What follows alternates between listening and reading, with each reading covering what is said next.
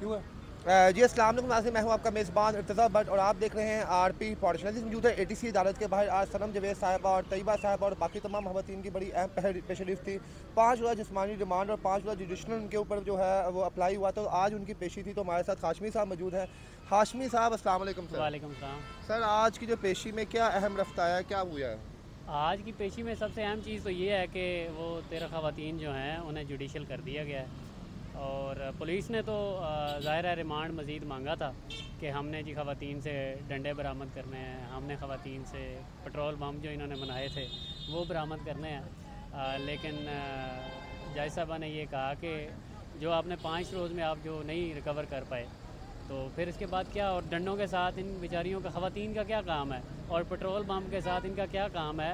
जो आपने मोबाइल की रिकवरी थी वो आपको हो गई है, अब आगे केस प्रोसीड करें, मैं इन्हें जुडिशल कर रही हूँ। जो 5 रोज़ा जिस्मानी रिमांड में थी, ये तो उन 5 रोज़ा जिस्मानी रिमांड में कोई तशद्दुद हुआ उनके ऊपर? किस चीज़ की इन्वेस्टिगेट किया गया, क्या चीज़ उनसे पूछी गई?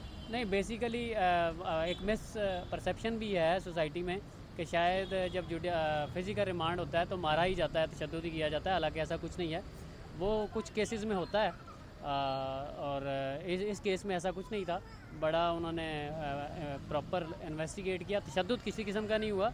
वो 5 दिन उन्होंने जो है वो इन्वेस्टिगेशन की गई अपने तौर पे। ज़ाहिर है मुख्तलिफ़ तरीके होते हैं इन्वेस्टिगेट करने के।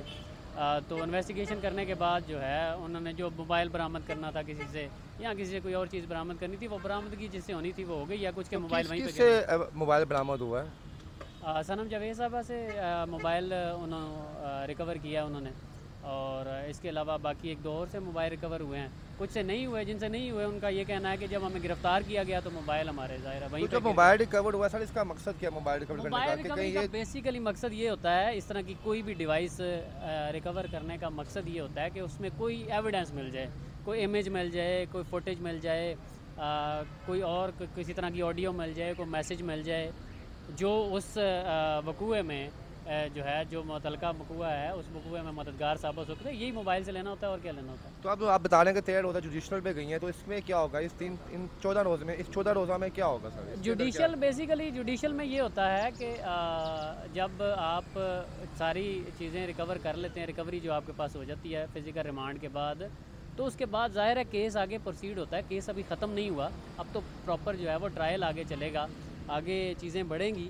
तो जुडिशल करने का मकसद ये होता है कि उनको ज़ाहिर है जेल भिजवा दिया जाता है। वहाँ से फिर, क्योंकि बेल का रास्ता ही यही है, फिज़िकल रिमांड में आप चूँकि बेल अप्लाई नहीं कर सकते, जब जुडिशल कर दिया जाता है तो ज़ाहिर है कल से, यानी इन 14 रोज़ों में आप जो है उनकी बेल किसी के भी लिए अप्लाई रोज़ कर सकते तो हैं? कल से कर सकते हैं आप। तमाम खवातीन की, जिनका तमाम मोबाइल जिनको जुडिशल किया गया है, जिनको भी बेशक रिकवरी हुई है या नहीं हुई रिकवरी या हुई है, तब भी जुडिशल तमाम खवातीन को जुडिशल किया गया या सिर्फ तैयबा और सनम को? तमाम खवातीन को। तो तमाम खवातीन की बॉडी लैंग्वेज कैसी थी? तैयबा की, सनम की, हतीजा की और बाकी जितनी भी खातून देखिए पॉजिटिव थी। ज़ाहिर है जो लेडीज़ हैं, कुछ सोशल मीडिया एक्टिविस्ट हैं, वो तो बड़ी हैप्पी थी इस हवाले से कि कोई तशद्दुद वाला कोई नहीं। जो उस 13 खवातीन में कुछ घरेलू खवातीन हैं, सोशल एक्टिविस्ट नहीं है, वो थोड़ी सी ज़ाहिर है परेशान नज़र आई।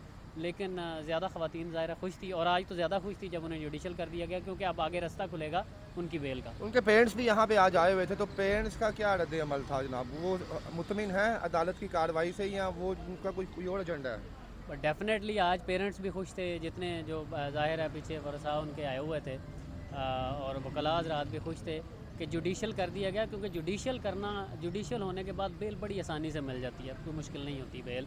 तो खुश थे आज सारे, फैमिली भी खुश थी, वकला हज़रात भी खुश थे, वो खुद भी खुश थे। आखिरी क्वेश्चन है, इनको जब अगर रिलीज़ किया जाता है खवातीन को, किसी शरायत की बिना पर रिलीज़ किया जाएगा कि आपने बाहर जाके ऐसी एक्टिविटी दोबारा नहीं करनी, ऐसी स्पीचेस दोबारा नहीं देनी, मीडिया के सामने दोबारा नहीं आना, या फ्रीडमली इनको जो है उनको बाहर रिलीज़ किया जाएगा, जो मर्जी बाहर करें आगे? नहीं, देखें, जो आइन के मुताबिक फ्रीडम ऑफ स्पीच है ना, वो तो आप स्टाम नहीं ले सकते ना, उस पर कोई एफिडेविट नहीं आप ले सकते। जो फ्रीडम, जो हक आपको आइन देता है, वो सरेंडर करने का आप एफिडेविट नहीं ले सकते, उनसे कुछ लिखवा नहीं सकते।